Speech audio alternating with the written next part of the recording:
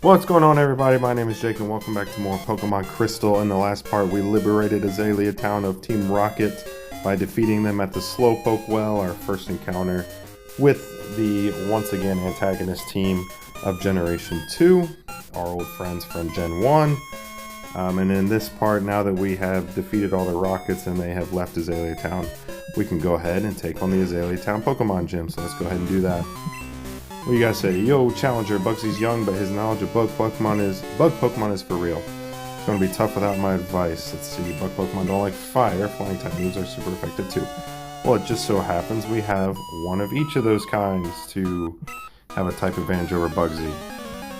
So this battle right here, if you're playing the remakes, is a double battle. But because double battles weren't a thing until Gen 3, unfortunately, because I love double battles, we're just going to fight these twins as a single battle. Level 10 Ladybug should be a one-shot. Ladybug is a horrible Pokemon, but is actually one of the new Pokemon from Gen 2. These twins actually use two Pokemon that were introduced in Gen 2, so that's cool. As I said, there wasn't a really... there was a decent amount of new Pokemon brought into Gen 2, but a lot of the boss battles and other trainers in the game use a lot of Gen 1 Pokemon, so...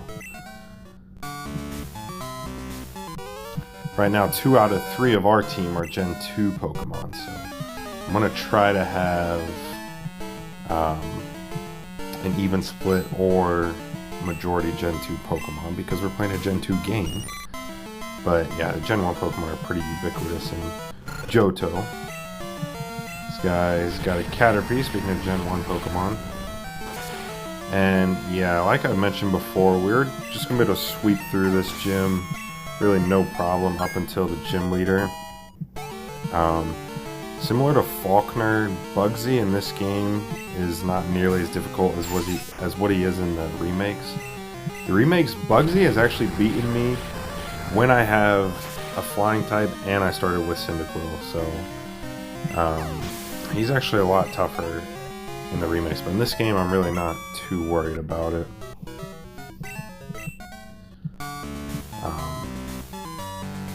Anyway, let's keep going. Go ahead and fight this dude. You saved all the Slowpoke. You're mighty, but my grown-up Pokemon are pretty tough too. So is he implying he has fully evolved Pokemon? We shall see.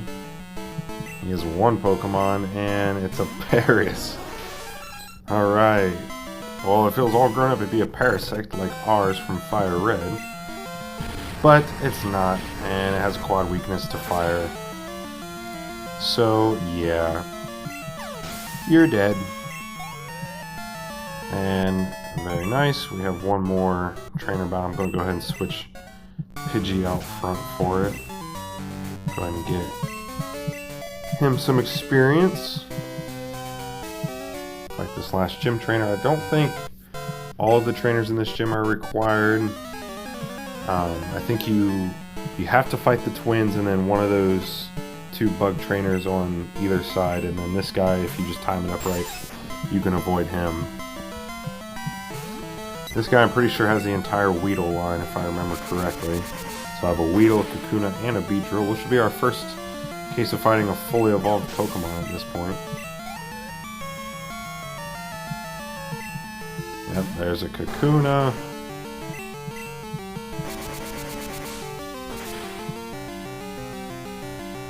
Very nice, one shot. And his final Pokemon should be a Beedrill. And it is. So this guy actually knows how to evolve his Pokemon. That's very nice. Beedrill, really cool design. Unfortunately, not a good Pokemon. At least, well, early on in the game, the bug types that evolve really quick can be useful just because they're going to reach their, max stats so much quicker. But they tail off so much towards the end of the game. And there we go, bug catcher Benny was defeated. And yes, we have swept through Azalea Gym to this point without taking any damage. Just for the fun of it, let's just start with Wooper for the gym battle, try to get him some run. And let's go up to the gym leader.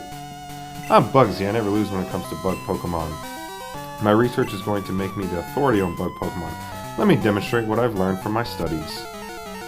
Alright, here we go. Our second gym battle of Generation 2. And yes, kind of similar to our rival, the animation or design of Bugsy kind of makes his gender a little ambiguous, but it is confirmed that he is a boy.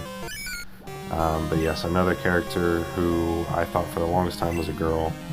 Because when I was young, I didn't really care to read the text box and actually know what was going on. I just kind of ran around willy-nilly. Oh, this Metapod can actually attack us, so it's not just going to use Harden the whole time. Might as well keep Wooper out there just to get the experience for him. I guess if this Metapod doesn't use Harden, I could actually use Tail Whip and it not be cancelled out right away. But I'm fine to just keep chipping away at it. Somehow a Cocoon is faster than Wooper. That just kind of, again, shows you how slow Wooper is, but it's a trade-off for his awesome typing.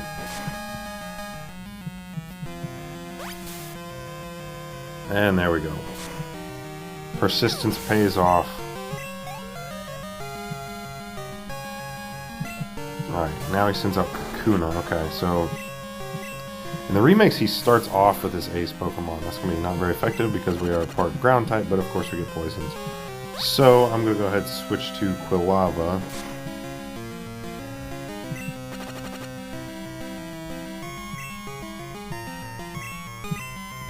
But yeah, in the remakes he starts off with his ace Pokemon, and almost all the time he will use a move called U-Turn, which is a pretty powerful bug-type move, and then it switches his ace Pokemon out. So what he does is he just deals a ton of damage and then gets his best Pokemon out of there without taking any damage himself. But I think that move was introduced in Gen 4, so yeah. His Scyther in this game is not nearly as good. Now I believe he has Fury Cutter. Yes, this doubles in power every time he uses it. So it's not really super threatening for us because we resist it with Quilava and I believe Pidgey as well. But if you obviously start with Chikorita or even just any Pokemon that doesn't resist it, that damage can add up quickly because it doubles every turn. But again, since we resist it and we get a critical hit, we're able to make short work of them. And there we go. That is the second gym badge for us, and almost 2 levels up there for Quilava. We've defeated Leader Bugsy. Whoa, amazing, you're an expert on Pokemon. My research isn't complete yet. Okay, you win, take this badge. Yes, we're an expert already, even though we only have 2 badges. And we get the Hive badge. Very nice. You know the benefits of Hive badge. If you have a Pokemon up to level 30, will obey you, even traded ones.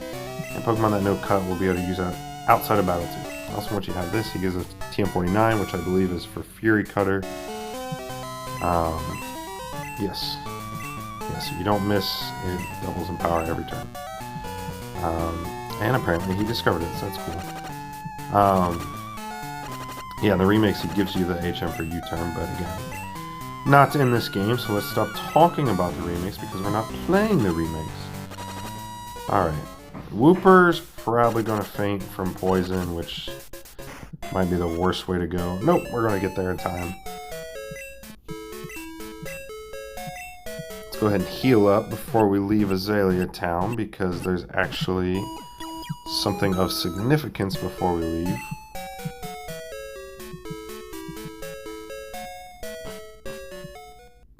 Go ahead and head out this way. Uh-oh. It's the Ginger Kid! Tell me something. Is it true that Team Rocket has returned? What? You beat them? Quit lying. You're not joking? Let's see how good you are. Yes, I beat them. I beat them all in my last Let's Play. Well, not technically all of them yet.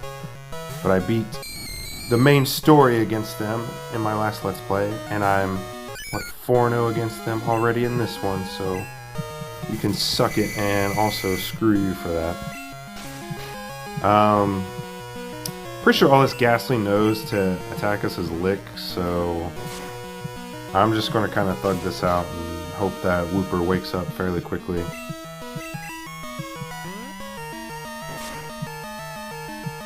Critical hit. Thankfully he can't paralyze us with Lick, because that is actually a chance of happening, which I don't know how that makes sense, that you can lick someone and paralyze them, but because we already were asleep, we can't be put to sleep and paralyzed. That would just be ridiculous, and that did not do as much as I thought. Okay, so I'm going to switch to Quilava. Wooper, unfortunately, is a much better physical attacker than... And of course, I just had to bring up the fact that you can be paralyzed from Lick and naturally get paralyzed. But, as a trade-off, he's not going to use Hypnosis on us now, because again, you can't have 2 status inflictions. Well, that's not technically true. You can be confused and also paralyzed, Parafusion, which is a very, very annoying circumstance if it happens against you. But yeah, in this case he doesn't have a move, at least I don't think so, that can induce confusion. But yeah, Wooper, much better physical attacker, which again, this is well before the Gen 4. I did not know his starter was evolved already. I thought Crocodile evolved at level 18. How is that possible? Okay. Yeah, this might actually be kind of troublesome. Please do not be paralyzed. Alright. So we at least get 1 Leer down. Now I'm going to go ahead and switch back to Wooper. And just kind of eat some moves and set up Crocodile for Pidgey. This will do neutral damage, yes, because we are part ground type. So that's kind of annoying. And is this going to knock us out? It does. That's not good. No, we should be fine.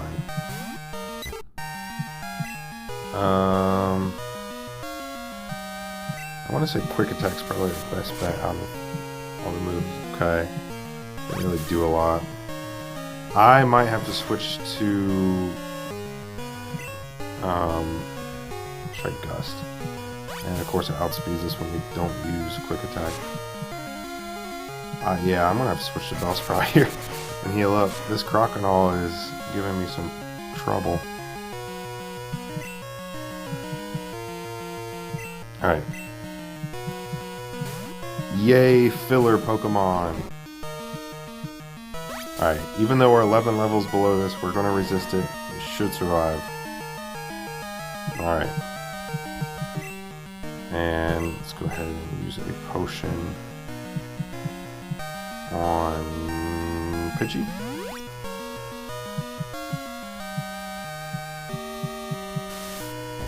I use this scratch for good measure to take us out. Thank you. Yes, another filler Pokemon, Onix.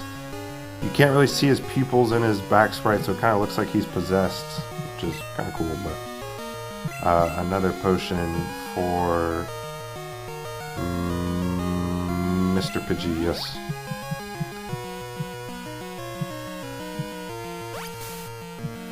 Jeez. This is an impossible evolution, isn't it, though? I thought Totodile evolved at level 18, but maybe this is just kind of a... just game design, I guess. I don't know. Alright, so... because he outspeeds us if we don't use Quick Attack. And he uses Leer, which makes absolutely no sense why he'd be doing that, because he's using Water Gun, which is a special type attack. So, you know what? I'll take it. I'm not here to complain about getting thrown a bone. There we go. So I don't like the item spam. Well, I didn't really item spam. I used 2 potions, but... I don't know. I guess sacrifice Pokemon, essentially. But, hey, you gotta do what you gotta do for the W. And that rhymed. Alright. Just hopefully this Zubat isn't annoying and, like, puts us to sleep or confuses us.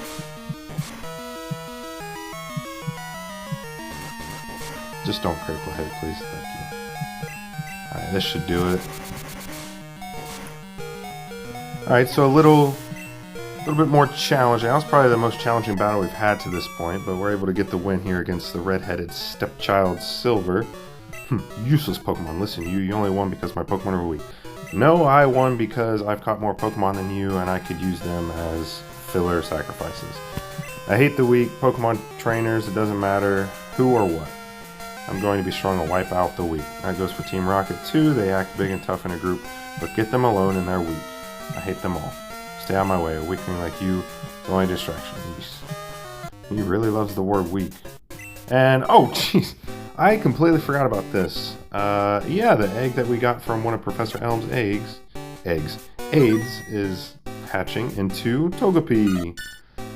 Which, Togepi unfortunately cannot evolve all the way into Togekiss in this game. I believe that evolution was introduced in the remakes, but it's not a bad Pokemon. It evolves into a normal flying type, and it's decent, but again, its full evolution isn't even accessible in these games, so I would say pass on it. But now that that has hatched, you can take it to Professor Elm and show it to him, and he'll give you an item, which I'll probably do off camera, or at least I'll travel to or back to New Barktown at some point. So there's one more thing I want to do here in his, or at least on the outskirts of Azalea Town before we end this off.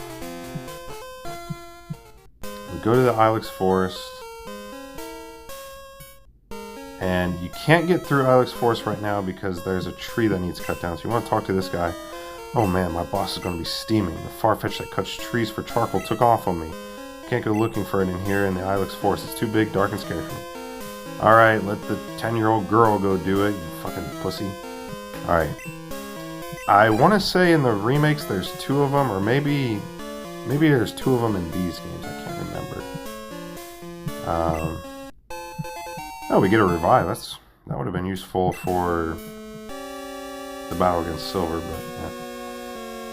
Okay, yeah. There's only 1 in these games. I think in the remakes there's 2 Farfetch that you have to track down, but I could be wrong on that. Again, Oddish. I considered using Oddish for the team, but ultimately decided to go elsewhere. But Oddish is a pretty good Pokemon. I like it a fair amount. But yeah, I just decided to go a different route for the team. Considered using it in Fire Red too, but I use it all the time in Fire Red. Alright, so pretty easy workaround. You just kind of take the long way around and, you know, spook it from behind. And yeah, that's it. I'll have a badge, yeah, you loser. Oh, great. Thanks for the random encounter right before I talk to the Kung Fu guy. Hoo. Is this revenge because I chose to go with a Pidgey over you? Well, screw you. My Farfetch, you found it for us, kid. Without it, we wouldn't be able to cut trees for charcoal. Thanks, kid. Now, how can I thank you? I know, here, take this HM. And he gives us HM1, which naturally is cut. So, I'm going to go ahead and teach that to Mr. Bellsprout.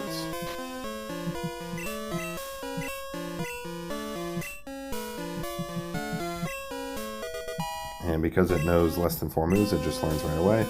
So I wouldn't head away or towards Goldenrod quite yet. Especially if you started with Cyndaquil or maybe have caught a Growlithe or something for a fire type, because there's a really good item you can get if you just backtrack to Azalea Town.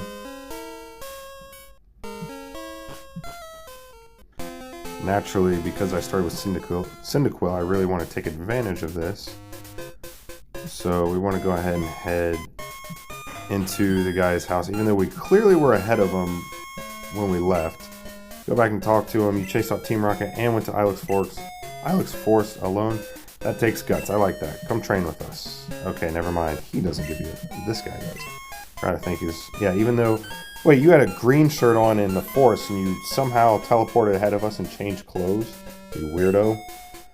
Okay, yeah, so this kid gives you the charcoal. So instead of paying the $9,800 price tag for it, you get a free piece of charcoal if you just go back after catching the Farfetch.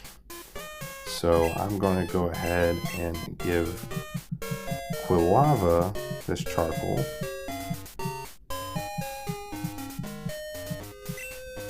And there we go. There's also... It is Tuesday when I'm recording this. I might backtrack to New Barktown. Oh my god, Joey. This kid is just freaking insatiable, man. But yeah, I'll probably backtrack to New Barktown because I believe there's an NPC on there that appears on Tuesdays that gives you the silk scarf. I think I mentioned this in a previous episode, but that ups the power of normal type moves, so that'd be decent for Pidgey to have for now, so I might go ahead and do that. But as far as this episode, I think that'll do it.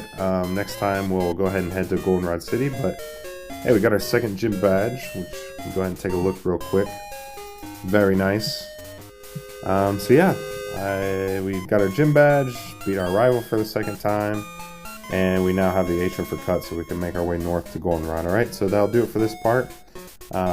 Next part, I'll probably start off in New Barktown just to show, what you get for showing Professor Elm the Togepi that hatched, and then after that we'll make our way to Goldenrod. Alright, so thank you guys so much for watching, and I'll see you guys next time. Goodbye.